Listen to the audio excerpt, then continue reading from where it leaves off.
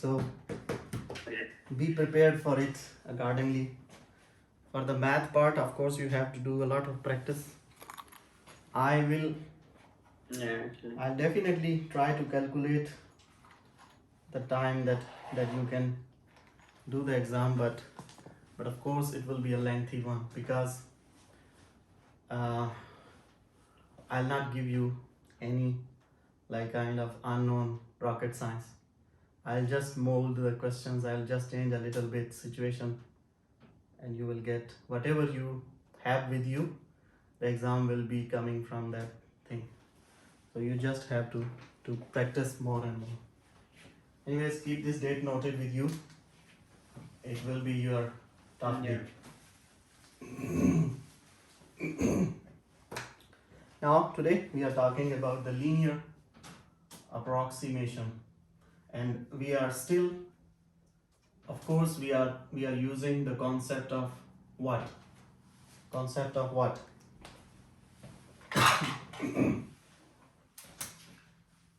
We are using the concept of slope, rate of change, derivative. Okay. This whole thing has same meaning. If you talk about the slope, if you talk about the derivative, if you talk about the differential, if you talk about the differentiation, all these things actually mean d by dx of something. This is the derivative, and you did the exam, and you also know that this can also be done by the formula limit goes h blah blah blah. So all these things, they actually mean what? They actually mean a blend.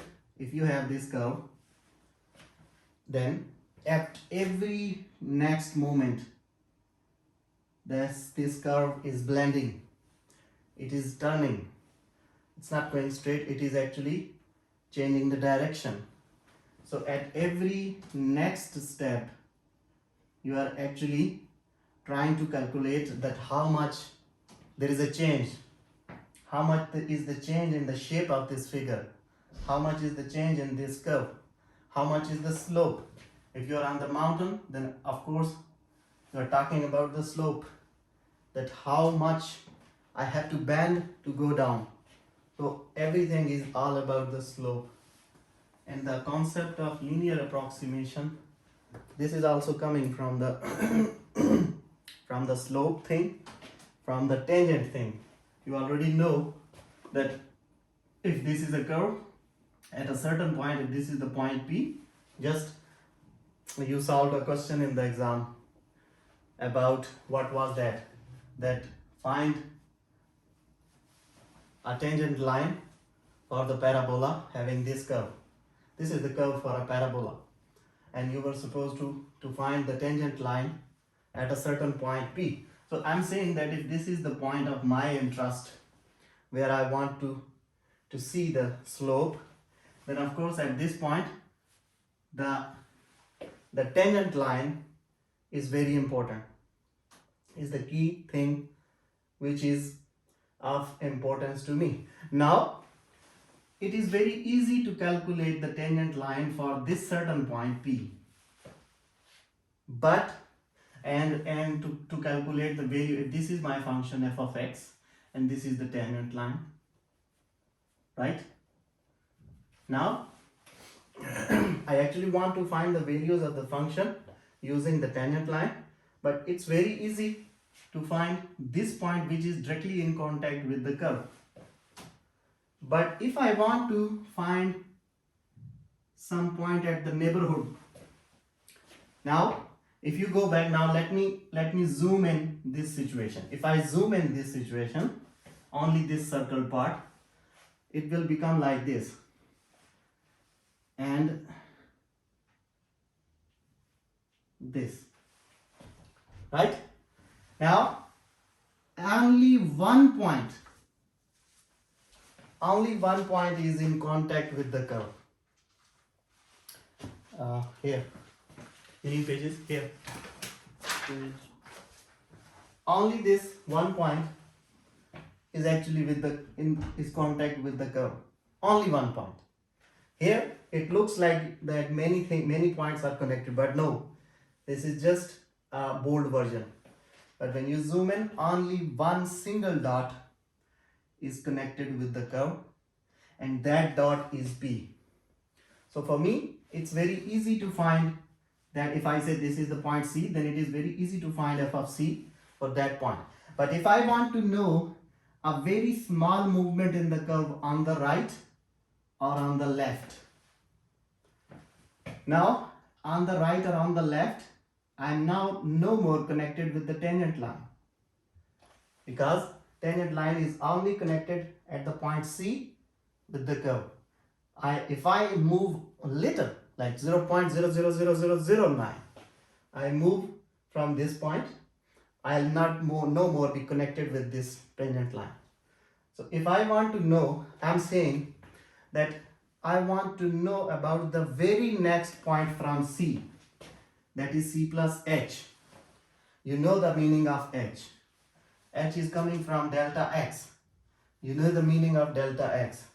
Delta X is the very small movement change in X that with the naked eye it looks like this is approximately 0, but actually this is something like 0.00000000000. A very small movement, and I'm assuming that this is the smallest possible real number between this C and the next point. And if you go back to the concept of calculus, between two real numbers, if I say x1 and x2 are the two real numbers and they belong to the set of the real numbers, then in between the two real numbers there are infinitely many real numbers.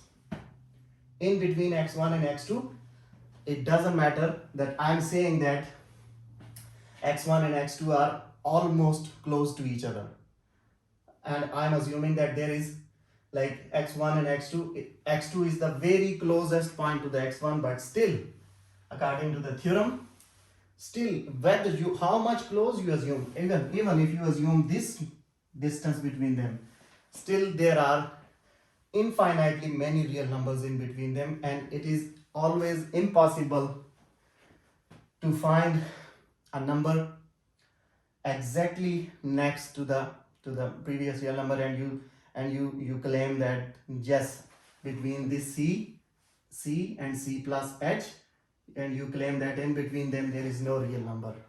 No, this is not possible. So I'm assuming that, and this thing is called the neighborhood.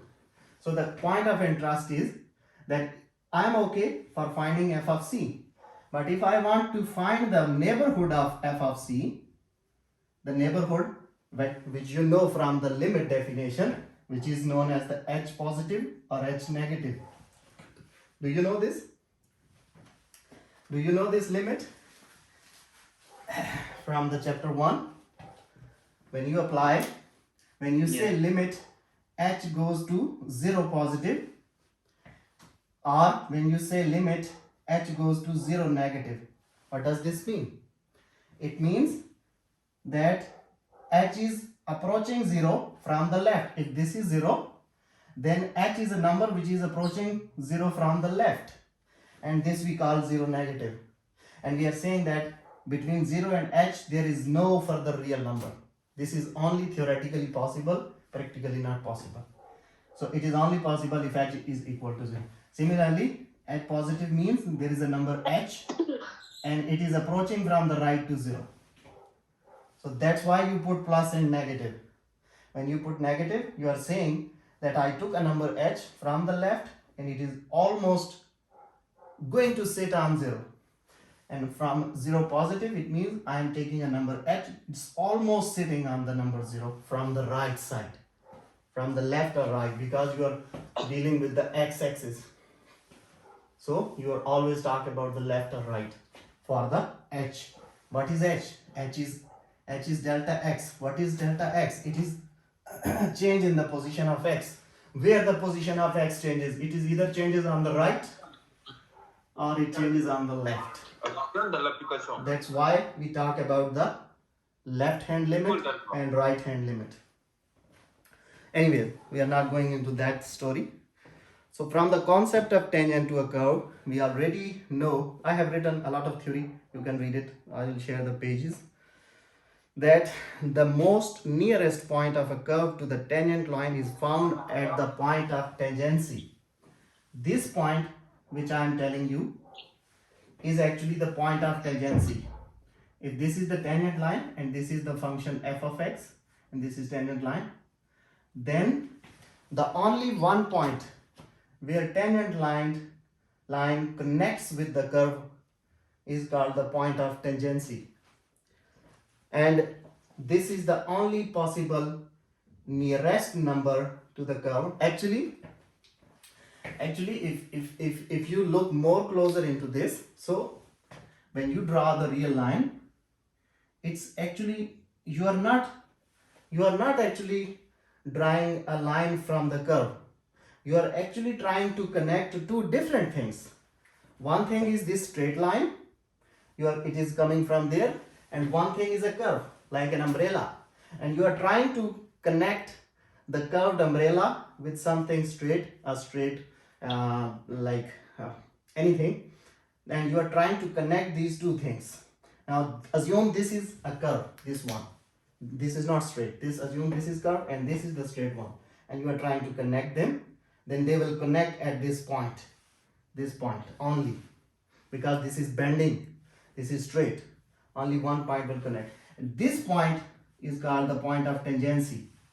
So it is not actually, if you are confused in the concept of tangent and curve, then it is not actually a line drawn from the curve. No, it is actually the combination of two different things, and when you join them, then they always meet at one point, and this point is called the point of tangency. And the theory says, from the concept of tangent to the curve, we already know that the most nearest point to this curve for this tangent line is the only point where they will touch. You are trying to connect two different things. This observation also reveals that the more you are closer to the point of tangency, the more curve looks like straight line. Now here, look at here. Now look at the curve and the tangent line. What did you see? Just look in between this interval. What it looks like. Differentiate. Keep in mind the two things. One thing is curve and the other thing is straight line. You have connected them. Now look at this part. This part P is the tangency point. You can see that both are looking like straight line, and they are looking like connected like this. Yes. This. So it looks like the curve which was coming from the down and the straight line which was coming from the up. But when I connected them at this point, both look like straight lines. But this is only an illusion of our naked eye. If you zoom in this scenario, ultimately you will reach to the conclusion that no. First you will get this, and after, if you zoom it more, ultimately you will see a distance between them. Because physically, whenever you try to connect something, there is always a micro distance between them existing because of the air friction. So actually, practically, this thing on the nano micro scale is not possible. But with the naked eye, we assume that okay, now they are connected, and this P point is the joint of these two curves. But actually, this is in the nanoscale, this is not possible. So that's why we use this term, approximation, in all the differentiation. And when you will jump to the advanced mathematics 2 and you will learn integration, we are always basing on approximation, and there is always a small margin of error between the actual thing and the differentiated thing or the integrated thing. And that error is coming because with the naked eye we assume that both are connected, but actually not. This concept is actually the basis of method of approximation for the functions. It is easy to find f of a for a certain point, but it is impossible to exactly find the values of that values of the neighborhood of this point, which I told you, the values of those smallest nearest possible points on the curve which you want to find. On the curve you cannot find, whenever you, in the next course we will go to the advanced integration, you will see that when we talk about the area under the curve, what we do, we are actually splitting this into rectangles, and we always assume that okay, this small curve is becoming a straight line, and we just assume that okay, now this is a rectangle having 4 sides, and we apply the formula of the area for the rectangle. But this is actually an approximation. It is not the actual area under this curve. So it is always not possible to calculate something for a curve, and we always split it into small parts, and we assume that okay, the smaller parts are now looking like straight lines. So for the straight line, we just calculate the distance x or the side x, and we calculate the data. It is always an approximation. Thus we use a linear function L of x. Now what is the point of interest? The point of interest is, let us go to the actual topic.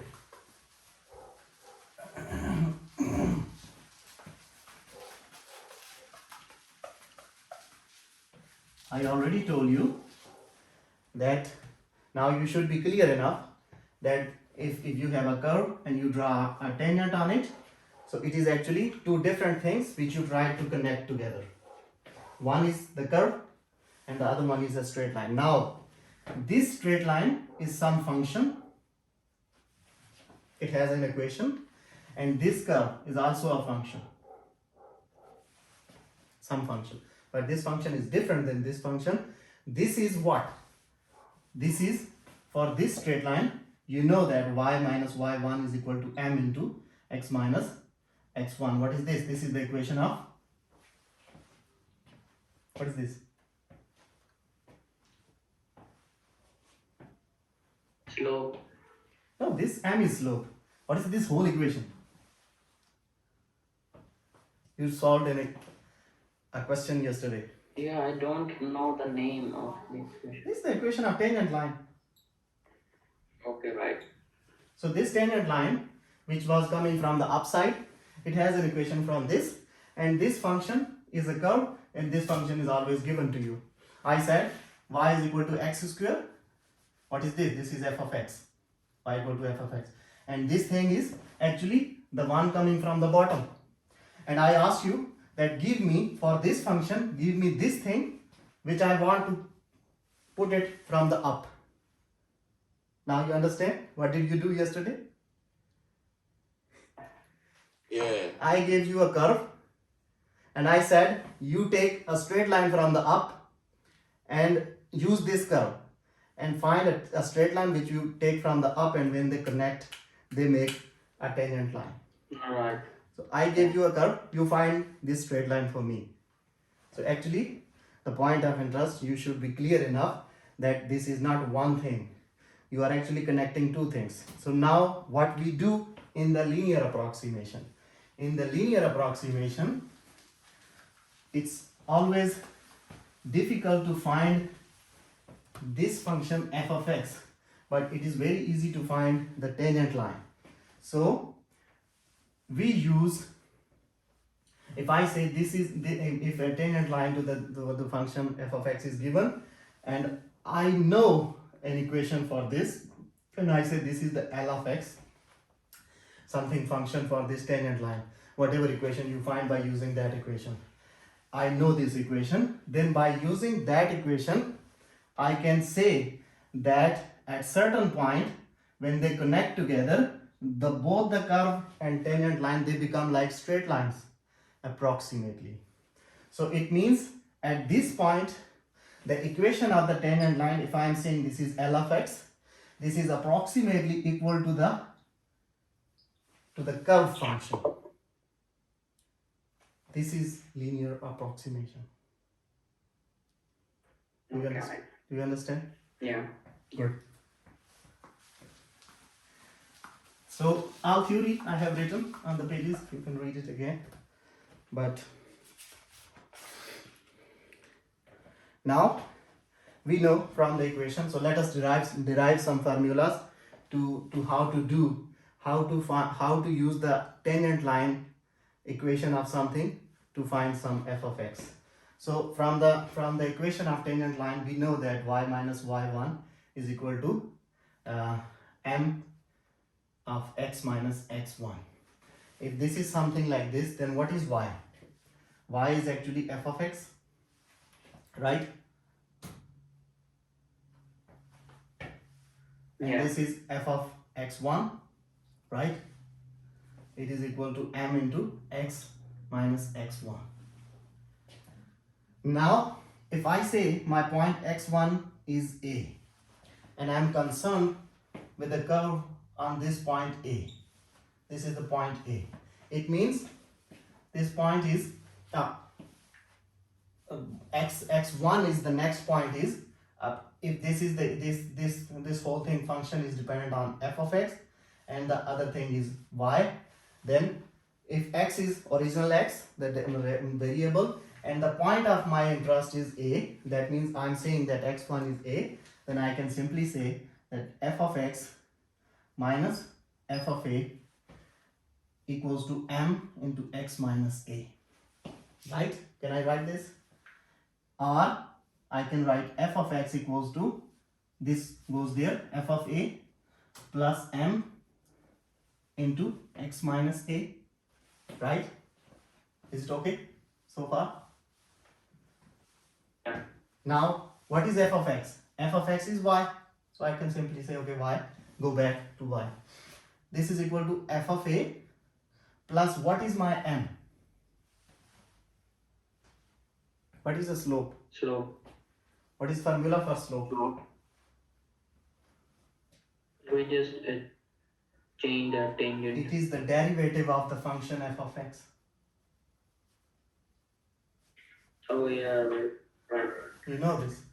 M is equal to dy by dx equals to d f of x by dx. So I can replace m with the derivative of the function. What is this? This is actually f dash of x, right?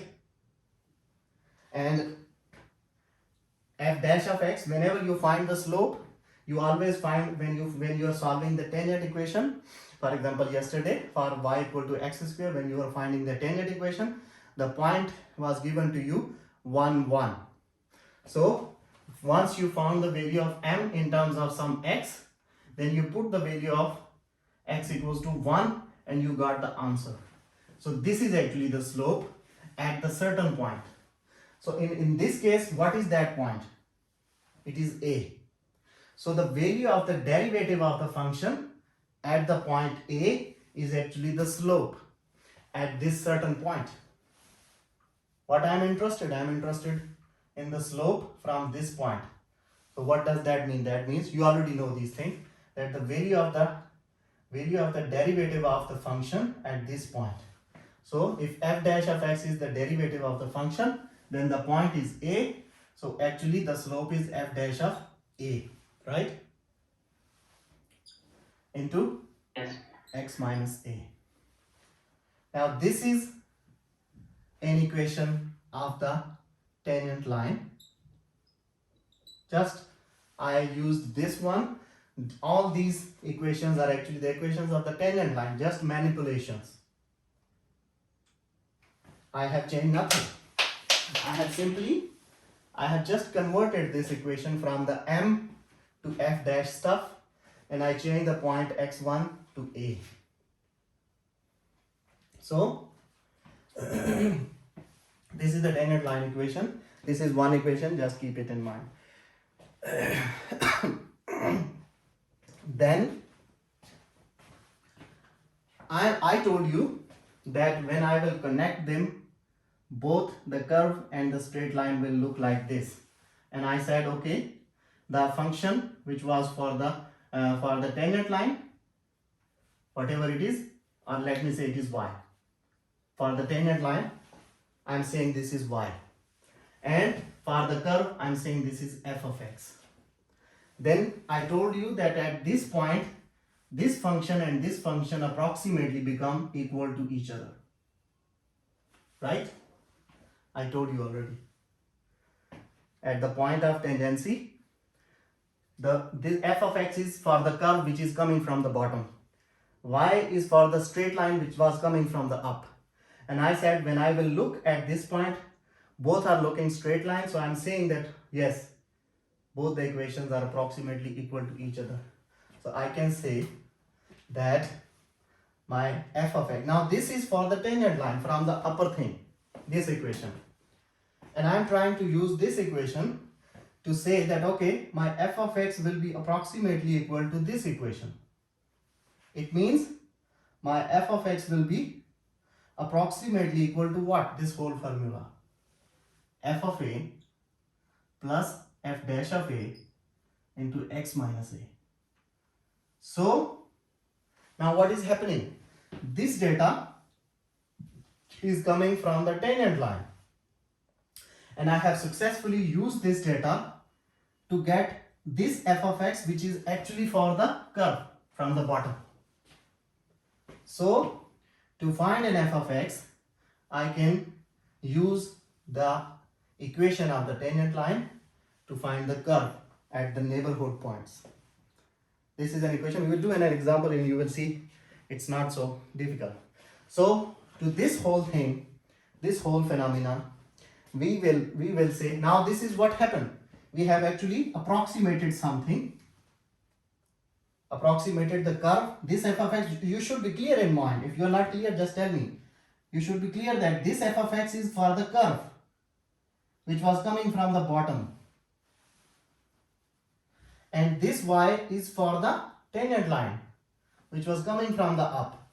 My point is that I know how to calculate these values, but I do not know how to calculate f of x. But at the point A, both the things look like straight lines. So I can say that whatever the answer of this tangent line will be, I can say that approximately this will also be the answer of the curve. So I said that the curve is approximately equal to the answer of the tangent line. And this thing we write as that the linear approximation L of x. What is this? This is an approximation. And this is called L of x equal to f of a on the whatever it is written on the right hand side. F dash of a into x minus a. Do you understand? Yeah. Good. So that formula is find the answer of the curve of tangent line or, Yes. or the Now this will give me the curve. You are already mastered how to find a tangent line using a curve. You did yesterday. I gave you the curve and you gave me an equation of the tangent line. You did that or not? Yeah. I gave you a curve. What is this? This is a parabola. This is a curve. I gave you this and I said I have a point somewhere, let's say here, A. That was, we were saying 1, 1, whatever it is. Wherever it is, I don't know. I don't care. You already know this. And I said, okay, find me a tangent line at this point. And you found this equation for me. This straight thing you found yesterday for me. So what was actually happening? There was a curve I gave to you. You found a straight line and they connected at this point. Now the situation is reverse. I gave you a straight line and you can find the approximated curve for that straight line. The reverse of what? Right. Reverse of the whatever. So this is called linear approximation. Let's do some example if we have.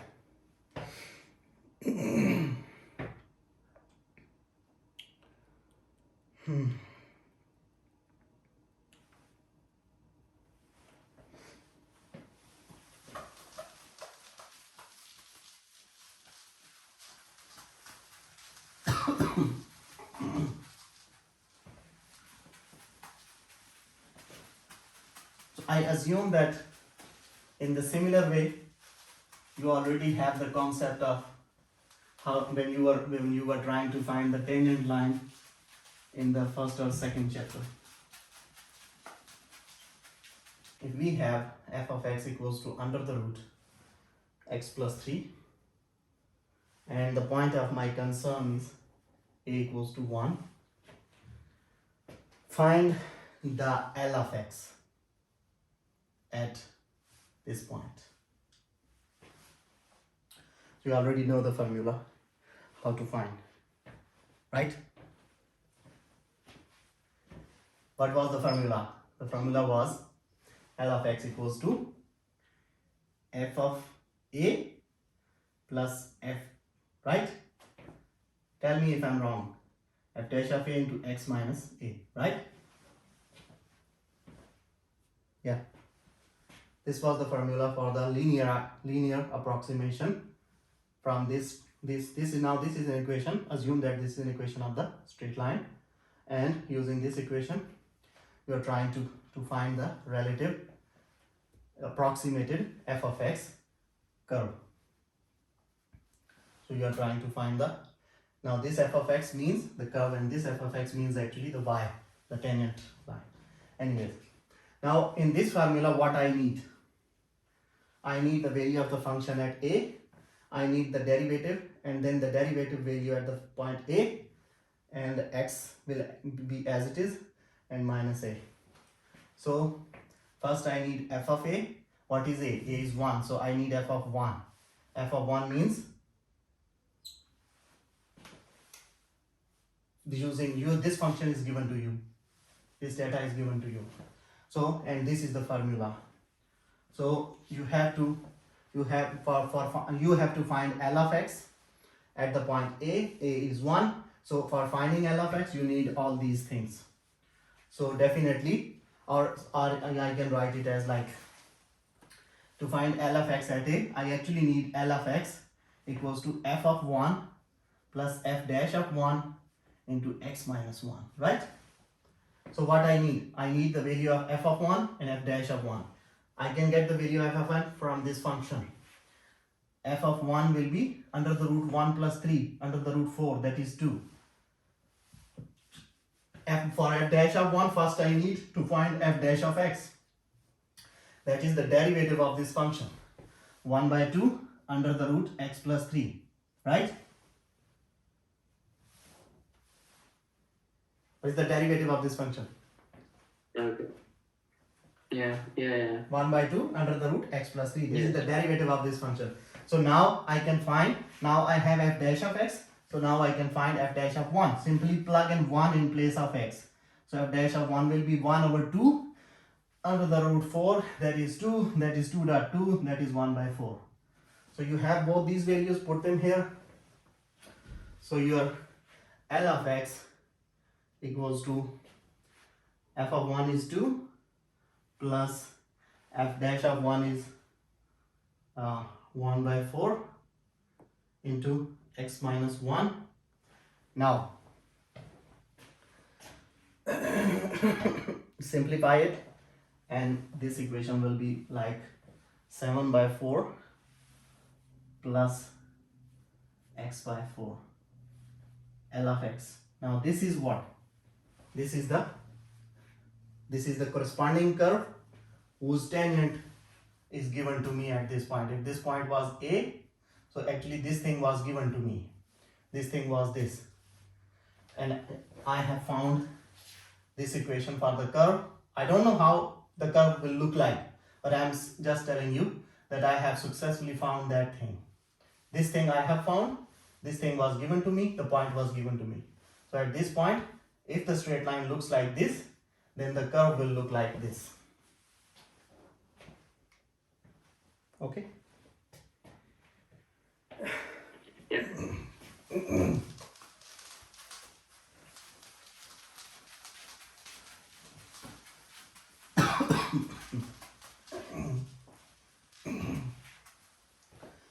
And the second part of the same question is the same function. We have f of x equals to under the root x plus 3 and a equals to 1, and now I already have L of x, that is 7 by 4 plus x by 4. This is the linear approximation of this function. And the question is, second part is, can you approximate the value of square root 3.98 using this calculation? Can we do that?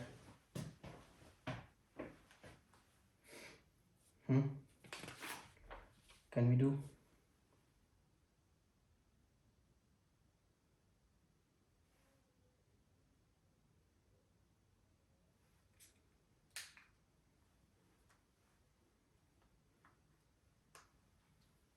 Can you do that?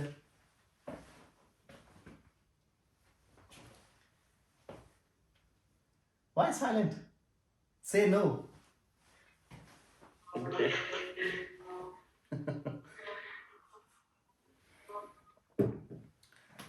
I know that this thing is L of x, and this is, and we said this is approximated value of the function f of x, which I say that is the curve f of x. And they said that now this function, he says that I want to say that the linear approximation of this thing, because why this thing? Because if you look back into the original function, this is 3 plus something. So of course 3 plus 0.98 gives me this square root. So it means this function and its linear approximation can be used to find this kind of data, 3 plus anything. So I can, if I ask you, okay, find me 3.41 square root, so you can use this thing and the linear approximation of this thing, because it is 3 plus something, some value of x. You can always use this approximation to calculate. So they say now that suppose the linear approximation of this function, this thing is f of x. What does this mean? They actually want to say that under the root 3.98, if you look back, it is approximately to something x plus 3. Can I write this?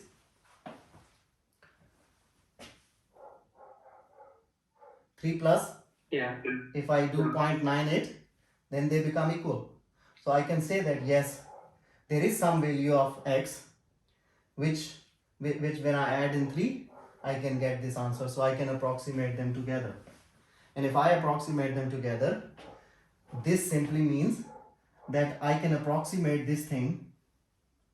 I can equate this thing. If this thing is approximately equal to this, and this thing is approximately equal to this, so I can say that yes, then if this is approximately equal to this, if A equals to B, then B equals to C, it means A equals to C. So I can say that this thing is approximately equal to this, 7 by 4 plus x by 4, right?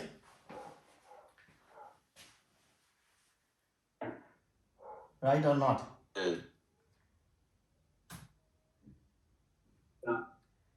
Now we have an equation. What only we need this point. If we have the value of this point, we can simply plug in and we can calculate, and then we will get the answer of square root of 3.98. Okay, so to get this point, go back to this original equation, and I said under the root, or this equation, I said under the root 3.98 is approximately equal to under the root x plus 3. If I just take the square on both sides, it will become 3.98 equals to x plus 3. Just do the subtraction, it will become x is approximately equal to 0.98, right? So use this x into this equation, then the value of under the root 3.98 is approximately equal to 7 by 4 plus the value of x is 0.98 divided by 4. Just do the calculation.